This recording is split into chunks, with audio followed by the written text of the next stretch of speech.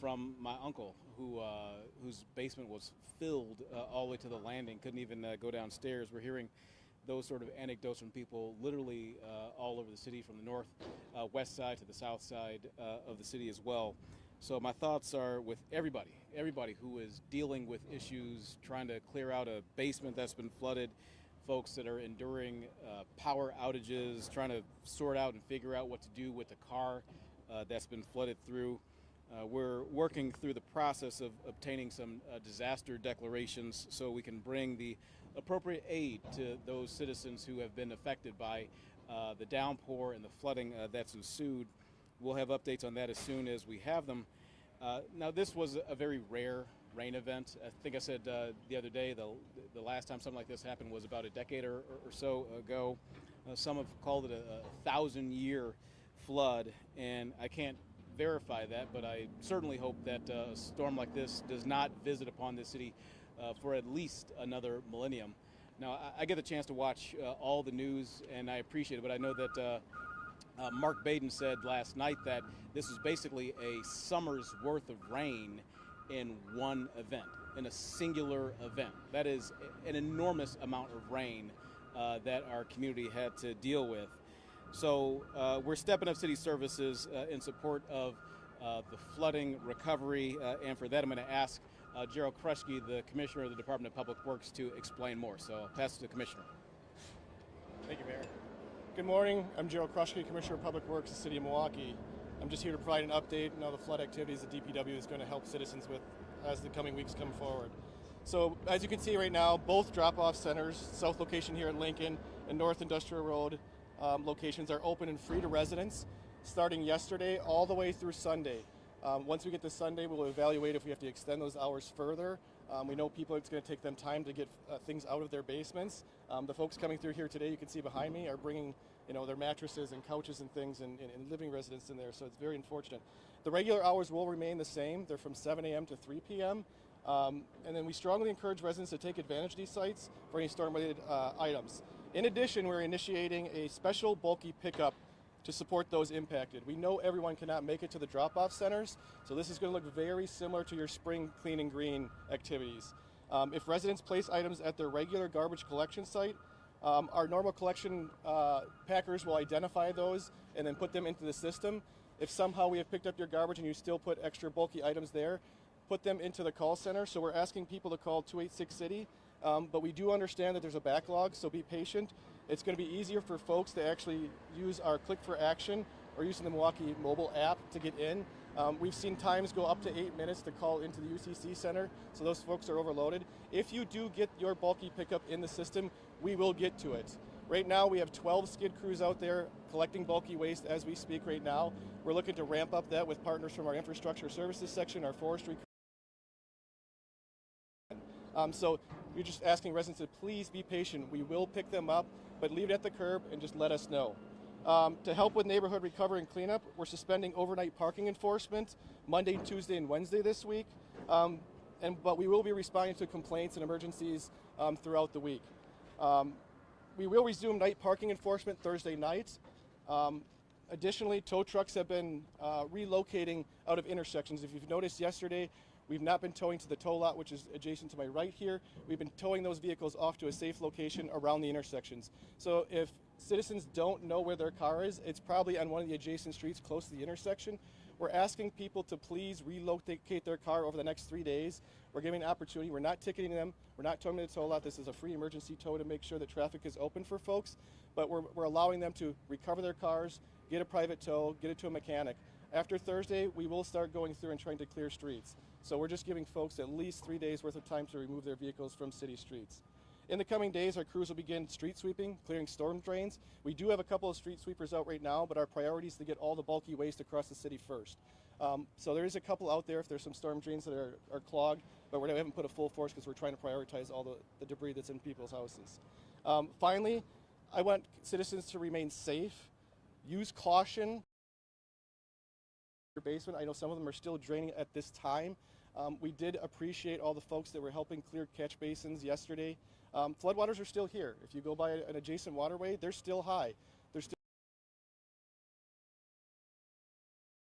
flooded streets, If there's more rain that's coming, please stay away. We need your help reporting. I mean, our crews are going to identify all curbside stuff that's there. It's going to help us route and get rid of a lot of the debris that's going to be sitting on that curbside throughout the week. If you do see traffic lights that are out, you do see limbs that are off of trees, you do see signal outages, other service concerns, please do not be afraid to call 286 City, use Click for Action, let us know. We have a lot of DPW folks that are out in the field, but we cannot identify every street. There are over 1,200 miles of street miles that are out there, so we cannot see everything at one time. We are here as DPW to help. I know there's a lot of distressed folks that are out there.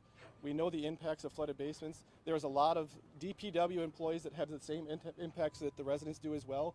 I'm a little short-staffed today because people are cleaning out their own basements. So we're just here to help. So please let us know how we can be assistance. As we move forward, we might extend the curbside pickup or these drop-off centers, but we're here to help because we know the devastation that's occurred to our citizens. Thank you.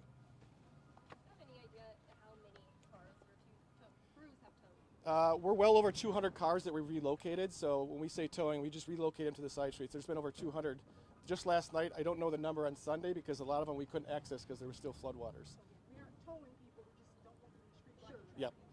Yes, well over 200. Thank you. And the volume of the bulky items pickup requests, have you ever seen anything like it? Since I've been the commissioner, no. In past, in 2008, we had a very similar situation. We had some heavy flooding in the city. So it's not unusual to us, but we'll take care of it. We're here to help. Commissioner. With the snow emergency, you usually can give us there's X amount of pieces of equipment on the street. What actually is on the street? So right now, because of our help from our infrastructure services and forestry groups, we have every single garbage packer that we have out, which is roughly a little over a couple hundred. So we have our regular scheduled garbage. We want to keep that going because there are folks that did not have flooded basements that have regular sanitary needs. The rest are used for just this bulky pickup.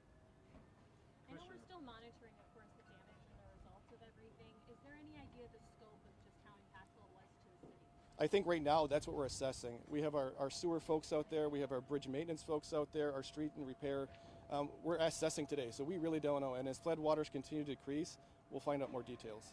How long were city roads and drainage systems built up for in years? So general standard is 10 years for basically any kind of flood event. That's just an industry standard. What we're talking about here, and I think the mayor articulated that, we've heard things of 500 to 1,000-year storms. This is something no municipality can plan for. And even if you did have a 100-year storm system, if you look at the waterways there, they would still be full. And it's just highly impactful. We're fortunate enough to be next to water. We have a lot of rivers that go through here. We're a great benefit to our city. But when events like this happen, it is devastating. Can you talk about just seeing the volume of cars at this drop-off center and the other drop-off center just this morning and what that kind of reaction was? I will give a lot of kudos to my DPW staff as I called them yesterday as emergency. We're usually shut on Mondays, so I appreciate all the work they've come in on, usually on their day off. There's been a steady line, you can see it right now. I think it's been a little lower. I think people are assessing and trying to move things out of their basements today. I'm assuming that we're going to see volume pick up Tuesday, Wednesday, Thursday here for sure. But again, these folks that are standing off to my left that operate these drop-off centers are here to help too. They'll direct you. I was here just a little bit ago and I've heard just folks going, hey, thanks for keeping open on a day we're usually closed. So we just want to be as helpful as we can. Do you have any tips on the types of items that people should be throwing away if they've been impacted by floodwaters? If you look at someone's basement, it's pretty much anything. You're going to have memorabilia, you're going to have photo books, you're going to have furniture, you're going to have tables. We take it basically everything here. I do want to be cautious with people in basements of chemicals and hazardous materials, but for the most part, you know, our folks here at the front will let you know what you can or cannot take in, but a majority of it will be handled here at the drop-off centers. Can you clarify the overnight parking? Just because the goofy 2 a.m. to 6 a.m. Yeah. When I go to bed on Wednesday, can I park on either side? Yeah, so we're going to go in effect Thursday night for the night parking. So Monday, Tuesday, Wednesday, we will not be doing the night parking. And so the City of Milwaukee's policy is usually 2 a.m. or basically 2 a.m. to 6 a.m. And so that's when you have alternate side parking. Because there's so many distressed cars that can't move, we're trying to give people a little bit of grievance on that. So Thursday, we'll call it Friday morning at 2 a.m. and that's what goes into effect. You both mentioned that a rain event like this is very rare and infrequent. Where did y'all hear that? Like, who told you that? And then also, given the various research that's been done showing that 10 storms were in Wisconsin's climate future, what kind of conversations are happening in the city about ways to adapt to this in the future? Yeah, so the number of inches of rainfall has been basically documented for hundreds of years. So we know the amount of inches in a short period of time. When we look at someone like, Timmerman Field, they had 14.5 inches of rain. That is the record we've had in the city of Milwaukee at any particular time. So we're going off historical data. USGA has a lot of the information. It's not unknown. What really kind of overwhelms our systems is when you get 3 inches of rain in 1 hour. And there's not any system in the country that can handle that kind of volume that fast. And this is where you see the Milwaukee River go up 8 inches in a period of 60 minutes. So it's unfortunate that those things happen. We continued, our sewer system is in good shape, by all means. So it wasn't a fact that we have disrepair of our sewer system. It's just the amount of rain that came at one time. And let me just add as well that, first of all, I'm thankful for not just the commissioner, but for the staff in the Department of Public Works for all the work that they're doing. Commissioner just touched on the fact that many of these folks will be off today. But they're here because they're stepping up to help our community, right? This is what community is about. This is what leadership is about, and that's exactly what's happening. And the folks in the Department of Public Works are exemplifying that. But it goes beyond DPW, our Office of Emergency Management, the Milwaukee Police Department, the Milwaukee Fire Department, the Milwaukee Health Department. Well, they've all been great in working to make sure we get through this and get through it together. You asked a question though about the future of rain events and like what we're doing here. I've been thinking about this since the storm happened, and I'm very thankful for the work that the Department of Public Works has been leading with the Milwaukee Metropolitan Sewerage District in order to capture more rainfall when it actually hits the ground, capturing rain exactly where it falls. So when you look at our construction projects in the city of Milwaukee and you see these bioswales in the street, that's to make sure that we keep rain out of the sewers. That's to make sure we keep rain out of people's basements. When you see MMSD working to make improvements at the parks in order to capture more rainwater there, that's in order to make sure we get away from events like this. When folks are going out to install rain barrels in their neighborhoods, that's in order to make sure we stop things like this. When you have folks out in the street, out in the city, like there were during this flood event, making sure that the sewer grates are clear so that water is better able to get into the sewer system and not into people's basements.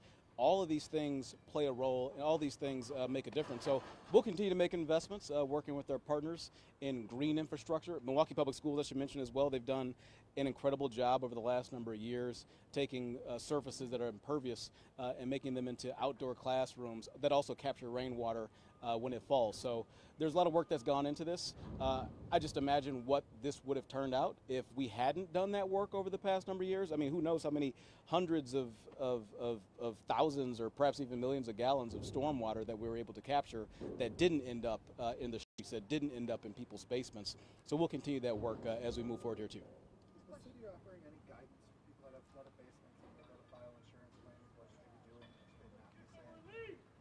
I think some of that is probably going to come when we get emergency declarations answered from our other partners in government, and then we'll be able to further answer that question, I think. Question for DPW. I know you mentioned some of the different items that your crews are going to have to pick up with trash pickup. Should residents prepare for backups when it comes to that routine trash pickup? No, our goal is to have our regular scheduled garbage stay on track. We don't want to get behind on our garbage collection. So this is why I call it like a bulky waste task force that's going to be addressing those. So your regular garbage collectors will be out there, and they're identifying stuff that's adjacent to those regular carts to send a second crew to pick up that bulky waste. So no, we don't want to get rid of the regular sanitation pickups. How much more of an undertaking is that going to be when you have things like cushions and large furniture items also along with that trash pickup? It's always puts a strain on the department. I mean, but that's what we do. The department events, we're here to basically make sure that our streets and right-of-ways are clear. It's the nature of our jobs. Just to clarify, just to clarify what you said earlier, you said it's probably more efficient to go on the mobile app and file that than making a call? Yeah, so use online or mobile app because at least that's going to give a record to us that it's there to get in bulky pickup. I just don't want folks to sit there and on a phone for 8 to 10 minutes. I mean, both will work. It's just easier for them to put it in the system online. Thanks. Thank you, guys. Thank you.